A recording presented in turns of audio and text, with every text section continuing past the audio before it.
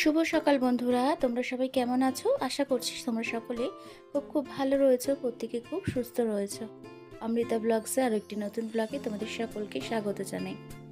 আজ হচ্ছে মঙ্গলবার, আর দিনটা কিন্তু খুবই শুভ। আজকে হচ্ছে বাবা লোকনাথের তিরোধান মানে পুজো। তো আজকে সকালবেলায় পুজো থেকেই শুরু করলাম আমার ব্লগটা। তো বুঝতেই পারছো, বাড়িতে পুজো মানে সকাল সকাল কিন্তু অনেক কাজ করে নেওয়া। আর এখন ঘড়িতে বাজে 9:30। তো আমি এখন পুজোতে বসলাম বাবাকে স্নান করানোর জন্য। তো এদিকে প্রতিদিন যেভাবে মানে পুজো করি লোক বাড়ির, তো সেইভাবেই পুজোটা শুরু করলাম। আগেই কিন্তু ঘরের মানে ঠাকুরের যে সেবা দেওয়া সেটা আগে করে নিই, তারপরে বাদবাকি যে কাজগুলো রয়েছে সেগুলো একটু একটু করে করব, তোমাদের সঙ্গে প্রতিটা জিনিস শেয়ার করব। তো বাবাকে দেখো এখানে স্নান করাচ্ছি ঘি, মধু, দুধ সমস্ত দিয়ে।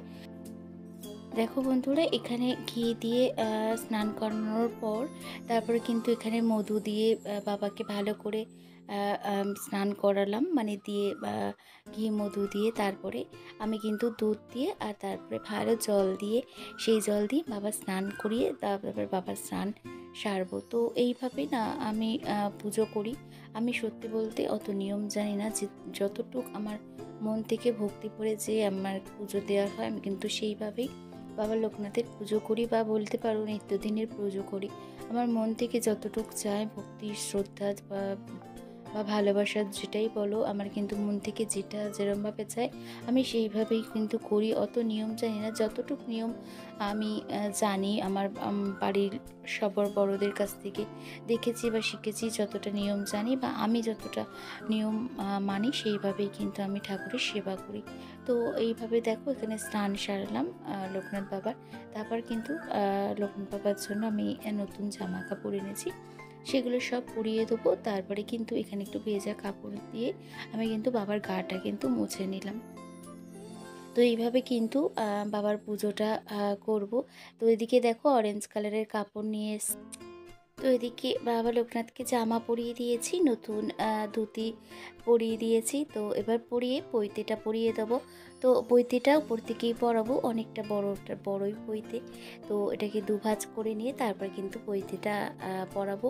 আর ঠাকুরের জন্য মালাও নিয়ে এসেছি নতুন, তো মালাটাও পরাবো। সব একটু একটু করে সাজিয়ে তুলবো আমার বাবা লোকনাথকে। তো দেখো এইভাবে কিন্তু আমি কিন্তু সব কিছু পরিয়ে দিচ্ছি, আর তারপরে পরিয়ে নিয়ে তারপরে কিন্তু সিংহাসনে বাবাকে বসিয়ে দেবো। তো পৈতেটা এরমভাবে পরালাম। তো বা এদিকে তো থাকে পৈতে, তো পৈতেটা এইভাবেই কিন্তু কাঁধ দিয়ে নামিয়ে আর সামনে থেকে বের করে নিলাম। আর নিয়ে দেখো, এই দেখো কি সুন্দর একটা মুকুট নিয়ে এসেছি বাবা লোকনাথের জন্য। তো এখানে দেখো মুকুটটা না অন্যরকমও অনেক ছিল মুকুট, কিন্তু আমার এরকম পালক দেওয়া মুকুটটি আমার ভীষণ ভালো লাগে। তো বছর ধরে না এরকম পালক দেওয়া মুকুটই নিয়ে আসছি বাবার লোকনাথের জন্য। তো আমার তো ঘরে গোপাল নেই, কিন্তু বাবাকে পরিয়েই মনে হয় যে গোপাল ঠাকুরকেই পরানো হয়ে গেছে। তো দেখো এখানে লোকনাথ বাবাকে এরকমভাবে পালকের মুকুট পরিয়ে দিয়েছি, আর দিয়েই সাজিয়ে নিয়ে তারপরে কিন্তু আমি এখন সিংহাসনে বসিয়ে দেবো। তো তার আগে আমার যে সিংহাসনে পুরো গোছানো সেটা গোছাবো, পুজো দিয়ে মানে বাবা লোকনাথকে বসিয়ে নিয়ে তারপরে। তো ওখানে ঠাকুরের সিংহাসনে সমস্তটা গুছিয়ে ঠাকুরের জল সাজিয়ে তারপরে কিন্তু আমি সোজা চলে এসেছি রান্নাঘরে। আর রান্নাঘরে এখন এসে আমি কিন্তু রান্নাঘরে এই জিনিসগুলো সব কিন্তু একটু একটু করে রান্না করব। তো দেখতে পাচ্ছ এগুলো আলু কেটেছি, বেগুন, ঢেঁড়স, আর মোটামুটি এদিকে কয়েকটা ভাজা হয়ে গেছে। আর এখানে জানো তো হাজব্যান্ড কিন্তু আমাকে হেল্প করে দিচ্ছিল, আমি যখন সবজিগুলো কাটছিলাম তো আমাকে বললো তুমি কাটো, আমি কিন্তু এগুলো ভেজে দিচ্ছি। তো ও ওদিকে এগুলো ভেজে দিয়েছে, আর আমি তারপরে পায়েসটা বসিয়ে দিয়েছি।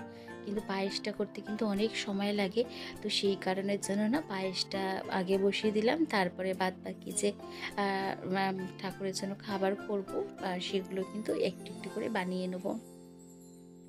তো পায়েসটা এই বড় আমার যে ডেকচিটা আছে বা গামলাটা বলতে পারো, তো তার মধ্যে পায়েসটা করে নিচ্ছি। আর এইগুলো জানো তো সব কিন্তু আমার ঠাকুরের বাসন। হয়তো ঠাকুরের ঘর আলাদাভাবে নেই, কিন্তু আমি কিন্তু একটু একটু করে সমস্ত বাসন আমি কিন্তু ঠাকুরের জন্য আলাদা করে কিনে নিয়েছি। আর এইটা কিন্তু একদিনে হয়নি, অনেক দিন একটু একটু করে সমস্তটা জিনিস আমি কিন্তু ঠাকুরের জন্য আলাদা করেছি। ইচ্ছে আছে ঠাকুরের জন্য আরও অনেক কিছু করার, তো সবই করব আস্তে আস্তে।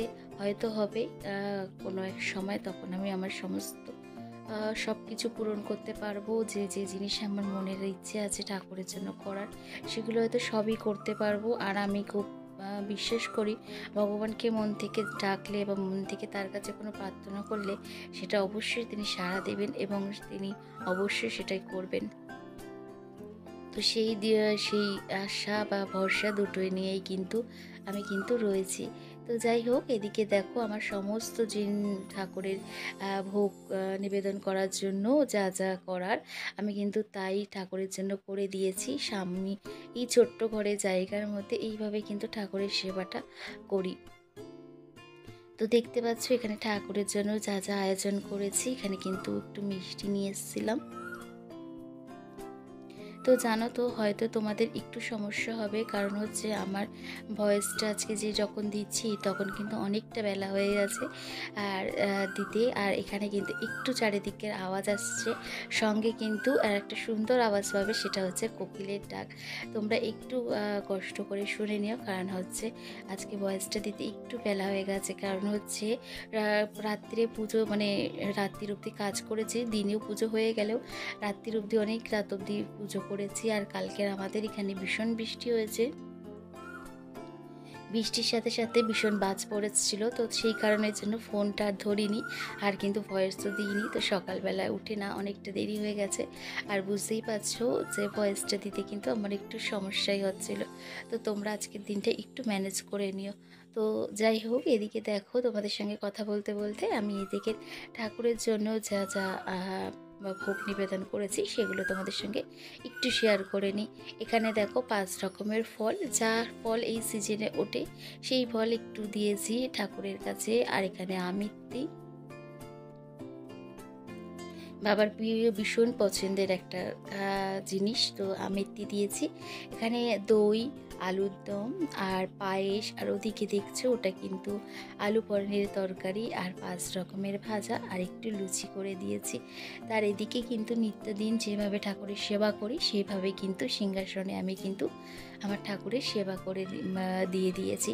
তো এদিকে দেখতে পাচ্ছ, তারপরে পুজোয় বসিয়ে আমি কিন্তু চারিদিকে আমার ঘর যাতে সব কিছু পজিটিভ এনার্জি কাজ করে সেইভাবে কিন্তু পুরো সারা ঘরে ধূপ ধুনো বাতি সমস্তটা দিয়ে আমি কিন্তু আমার ঘরটাকে পুরো একদম পজিটিভ এনার্জি এনে ফেলেছি। আর ঘরে দেখবে একটা পুজো হলে কিন্তু ভীষণ ভালো লাগে। আর ঘরে কিন্তু তখন কিন্তু গানও চলছিল ঠাকুরে, তো সেটা তো আর তোমাদেরকে দিতে পারবো না, কারণ তোমরা সবাই সকলেই জানো মোটামুটি যে দিনের মানে গানের যদি আমি দিই তাহলে কিন্তু আমার ভিডিওতে পড়বে।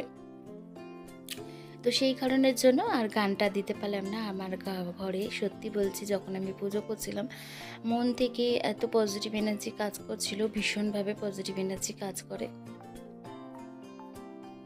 আর আমি যখন পুজো করি সেটা কিন্তু আমি ভালোভাবে বুঝতেও পারি। ঘরে পুজো আচার করলে সত্যি কিন্তু অনেক পজিটিভ এনার্জি কাজ করে, আর ঘর কিন্তু অনেক অনেক সুন্দর বলবো, আর খুব কিন্তু একটা ভালো লাগাও কিন্তু কাজ করে। তো দেখো এখান থেকে এইভাবে কিন্তু আমি কিন্তু আমার ঠাকুরের সেবা করি। তোমরা বুঝতেই পারছো দেখলে যে কতটুকু জায়গায় আমি কিন্তু পুজো করি। তো এইভাবে না চেষ্টা করি ঠাকুরের জন্য কিছু করার, আর মন থেকে চাইলেই সব করা যায়, আর আমি সেটা বিশ্বাসও করি। ভেবেছিলাম যে এতটুকু জায়গায় কিভাবে পুজোর সমস্ত সব কিছু করি। লক্ষ্মী পুজো ঠিক একই রকমভাবে করি, আর আজকে লোকনাথ পুজো সেটাও কিন্তু একই রকমভাবেই করলাম। তো রাত্রিরে তারপরে বিকেলে অনেক কাজকর্ম করে এখন কিন্তু রাত্রিরে বোন এসেছে, মা বাবা কেউ আসতে পারেনি, কারণ হচ্ছে মার শরীরটা খারাপ। তো আর শ্বশুরমশাই এসেছিলেন, ওনাকে প্রসাদ পাঠিয়ে দিয়েছে, আর এখানে অনেকের জন্য একটু প্রসাদ পাঠিয়ে দিচ্ছি। তো বন্ধুরা, আজকের মতন ব্লগটা এখানে শেষ করলাম। খুব শীঘ্রই আবার আর একটা বন্য ব্লগে ব্লগে তোমাদের সঙ্গে দেখা হবে। তো তোমরা সবাই ভালো থেকো, সুস্থ থেকো আর সবাইকে ভালো রেখো। আর আজকের মতন এখানেই রাখি, তো অন্য আরেকটা ভিডিও দেখা হবে।